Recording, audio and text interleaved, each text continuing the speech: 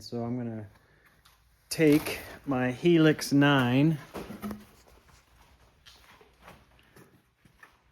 Humminbird Helix 9, and I ordered another one of these mounts. And then I ordered the transducer for ice fishing, this guy. So this will plug into the back of that Helix 9, and then you lower this into the hole. You can adjust that little stop. This has to go below the ice, and then this floats so it doesn't just drop to the bottom. So what I've decided to do is I'm going to take a 2x4, I believe, right here. Zoom out of here. 2x4 here, and affix it to the sides. I ordered a bunch of washers, broad washers. I'm going to fix it here and create a shelf, and then I'll mount that U-shaped holder that I showed you over there that I ordered. I'll mount that in here, and then I can put that Helix 9 on. And then I'm going to take my 50 amp hour lithium battery out of the boat here, which I just set on trickle charge all winter. And it should fit neatly into this insulated lunchbox for when I go out. And I think what I'm gonna do is, rather than sit it on the floor of this crate, which might get some moisture down in there, water if the ice is a little mushy, I'm gonna affix another, I think I've got some pressure treated out there, and I'll affix that in here and screw that in on the sides and create a raised shelf, and then that can set in there with the battery, and it'll just wire right up. I think I'll rig on some rod holders on this and something else. And then I can just use this as I can set it in my ice sled, which I'll show you that setup too. Well, let's get going on cutting wood and mounting it.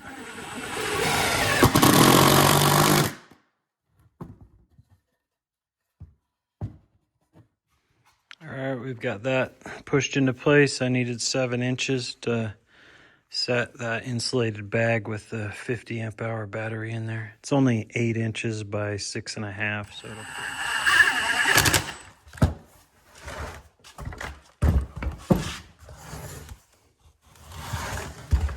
okay. That's in there pretty good. Nice and solid. Like I said, the battery sitting in here will sit right down in there. Just flip that lid open so the battery can breathe while I'm using it, but I can just run the cord. So that's all mounted. That's mounted. Should provide me a good platform, and it's about 7.5 inches gap here and 7 inches at the bottom, so I should be able to lower that in. Okay, there she is.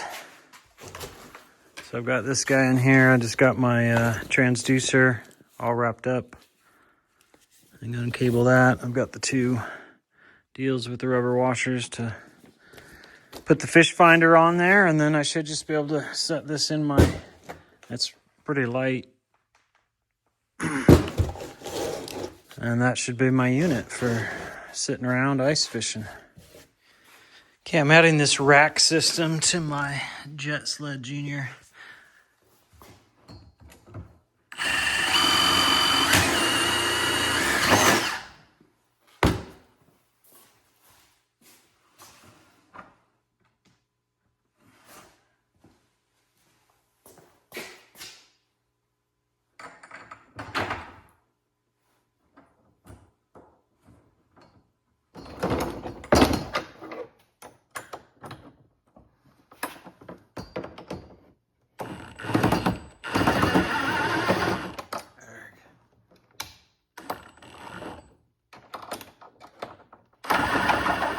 Okay, that's all set.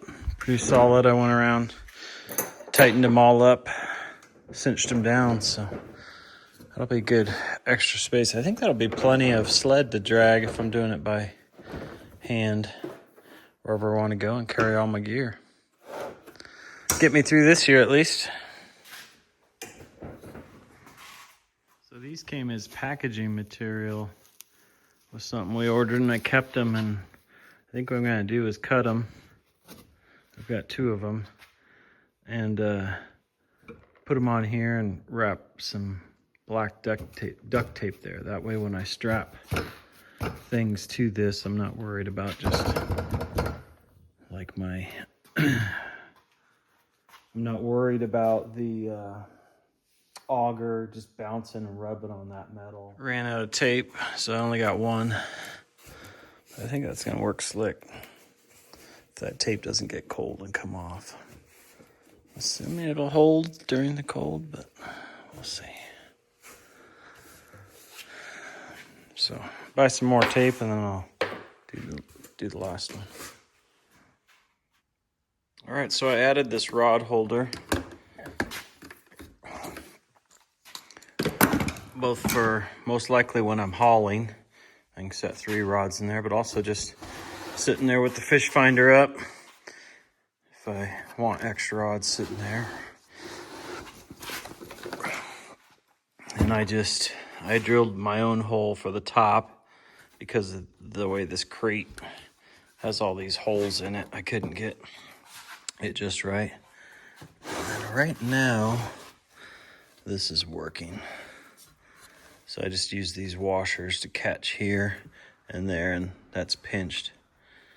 And then this one up top is a bigger washer combo. So it's gonna be solid.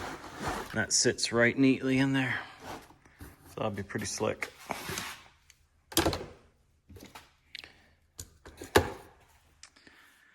All right, I think we're all rigged up. I set new lines on all 3 of these fishing rods and put reels I want on them. Some of these rods, I've had this rod for 20 something years and caught a million fish off. It's just a super cheapy old rod. A lot of the newer rods are longer than this, and they have different flexibility to them, and they're set up for different things, but I'm just using what I got. So the battery will go in here, fish finder will connect in here, they'll wire up together. I got some ice cleats down here to slip over boots. I've got this tub here that has a bunch of fishing tackle in it.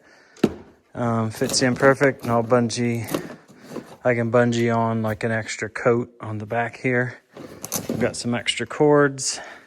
I've got a backpack that I'll stick a little bit of food in. And then I have extra gloves and some extra warm gear in here. I can wear that. I've got this hole cleaner. I upgraded to that. I decided, instead of just a little scoop deal like I've always used. And then I rigged these up.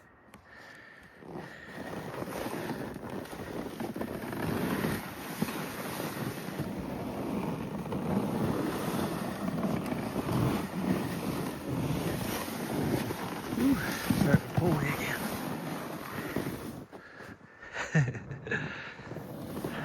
Fun. Pulling my sled. Those guys are leaving, so they said it was really slow for them and they didn't catch any kokanee, so we'll see what we can do. Sled back there, all rigged up. It's pretty cold today. It was -1 when I left Bedford. Drove 45 minutes to here, just inside of Idaho, and it's really cold. It's 9 degrees, I think, probably less than that.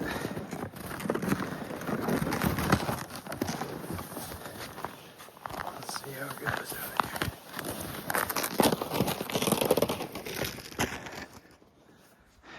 It's beautiful. Let's get set up.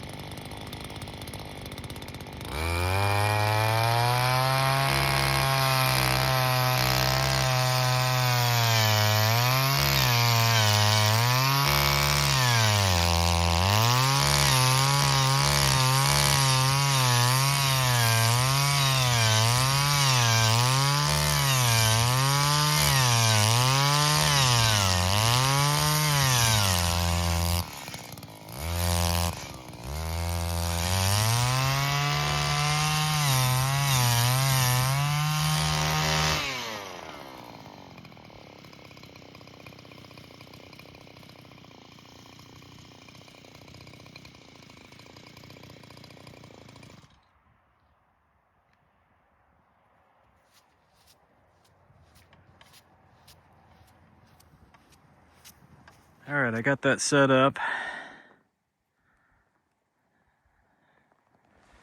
Seems to be showing me pretty good detail. I'll drop a jig down, see if I can see it on the screen. Battery 18%. Yikes. I just charged that 50 amp hour battery up. I hope that's inaccurate, but we'll see. I got the transducer down the hole. And let's jig for kokanee. Now that the line interference is gone, you can see my jig, that center line right there. As I jig my pole, you can see that that's my jig.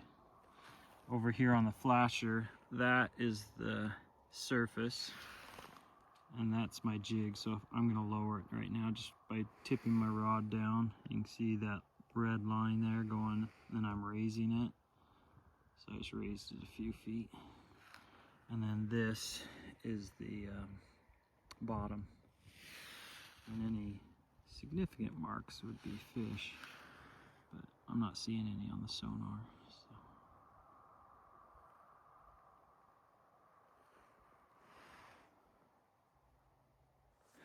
It's a beautiful day. It's probably about 12 degrees right now, last I checked. So it's a little bit cold. Keep having to put my hands in my pockets, keep my fingertips warm.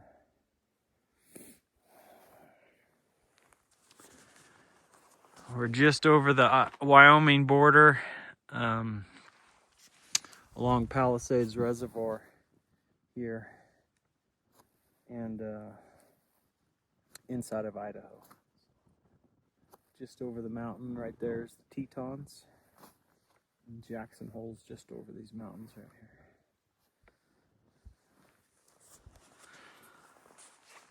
here. I had my first action, but I couldn't get my phone out of my pocket. So I'm starting to see fish show up on the screen. And I saw one come from about that high and just dive straight to my jig. And I thought I was gonna hit it. It hung out near it for a second and then went away. But they're moving around, they're coming by. I could watch it on this graph too. It went from about 30 feet and the bar just swung down to my jig down there at about 50. It's pretty fun to watch. There's some fish. So you can see my jig there. And I'll do a long pull up and then lower back down, and you can see it. A long pull up, and lower back down. Long pull up, lower back down. Keep seeing fish between about 17 and 25 feet. But not a lot, just every once in a while I'll see a few marks go across. And then you can see that same thing, that right there is my jig. So a long pull up and a lower back down. And some people like this screen to the left, and I can't remember the name of it, flasher. And theoretically, if like a fish swam by at 42, it would show a marker there, a thicker bar.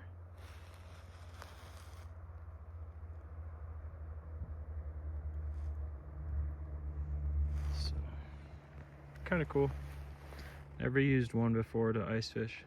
Oh, I thought I had a bite there for a second. I had to get my big mittens on. And I dropped down near the bottom just to try that out.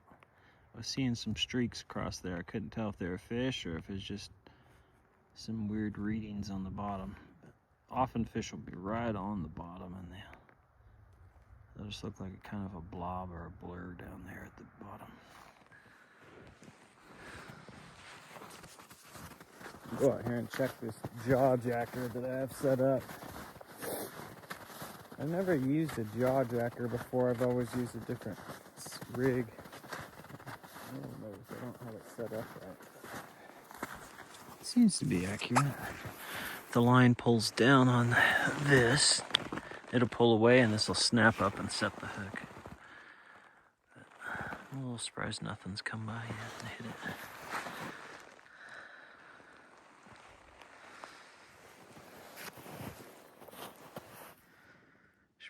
clear that out. It's probably freezing over.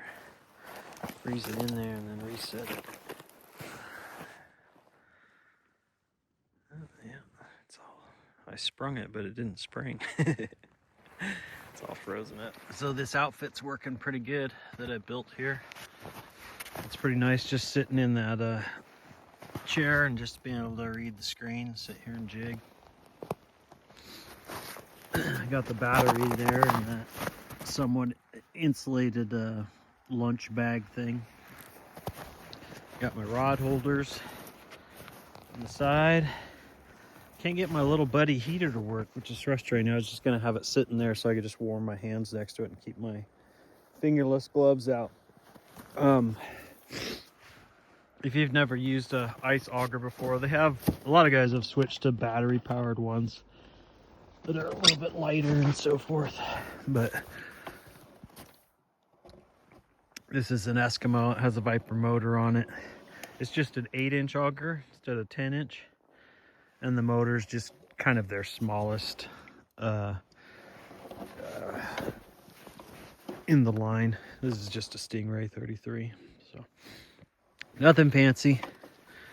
Those bars in this rig that I set up for this season were great. I was able to haul everything pretty easily. I'll have to relay it up the slope to get up to that road and then back across. But nobody else came out, probably because they're smarter than me. It's only about 10 degrees, 12 degrees, back and forth. And the bite's been really slow. The guys that were here earlier said they had a few bites, but didn't catch any fish. And the guys before them said it was really slow early. I didn't come early because it was in the negatives. But I got here about 10 a.m. and I've been here maybe 10, 11, and it's about 3, so I haven't had any bites. I see good fish moving across the screen. They're all at 20 and 50 or below, or lower, deeper. And nothing off the jaw jacker, so there's another fish at about 30 feet. So. Just can't get them to bite. I don't know if it's because the storm's coming in this evening, a pretty big snowstorm. Sometimes storms and the changes in pressure, barometric pressure and all that causes bites to go on and off, according to some folks, but who knows. But my fingers are getting cold. I gotta put this camera away. All right, I got my first fish. It's, what time is it? 4 o'clock, so I've been here 6 hours. But it's a nice little kokanee, which I'm pretty pleased with. Give me a couple nice little salmon fillets. I've been seeing fish. I just dropped my line back down, so it's all streaked out. I've been seeing fish right about 20 feet just coming through in schools, so I've been setting up below to try and get these big ones cruising by on the bottom, and then I come right up to it the last half hour or so, and I've had multiple bites, and finally I got this one on. So I'll see 2 or 3 fish, and then I'll come up quickly, get right there and jig, and then boom, that's when I got the fish. So I'm gonna do that again because they seem to be moving through it at about 20 feet, like they've been off and on all day, but more so now. So. But I'm pleased with that. So I was sitting here and I was looking at that. It says it's 4:15. Just caught that fish. I thought, man, I haven't been here 6 hours. And I looked at my phone. It's only 2 o'clock, so this is 2 hours off. Alrighty. Okay, I'm gonna pull my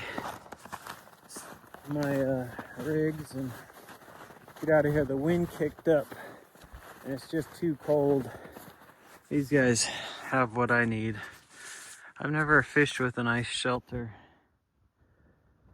and I need to invest in one. I like sitting out when it's open, but it needs to be in the 20s or 30s to do that. Today in the single digits, it's probably down to 1 or 2 degrees with the wind chill. It's just too cold to sit out in the open. Especially because I couldn't get my little heater working. We're gonna pull out of here, call it a day. I got the one kokanee, which seems crazy. It's kind of small, but I'll get a couple fillets and be able to eat it for dinner. But that's what I was targeting, and I was pretty happy to catch one. It's kind of cool catching a kokanee no matter what. And it was a beautiful day. I just sat here and watched the clouds change and the sun change. I'm pleased with my little rig. I just need to get a real shelter and figure out what's wrong with my little buddy heater. Couldn't get it to kick on. Surprised this jaw jacker didn't get anything with the worm on there. Thought something would come by. I had quite a few fish coming by. I think if I could stick it out, the next couple hours would be nice. I mean, they just keep coming by in whole schools. And I think they're moving around, starting to feed here now that it's later in the afternoon. That's it. Let's pull this and be done.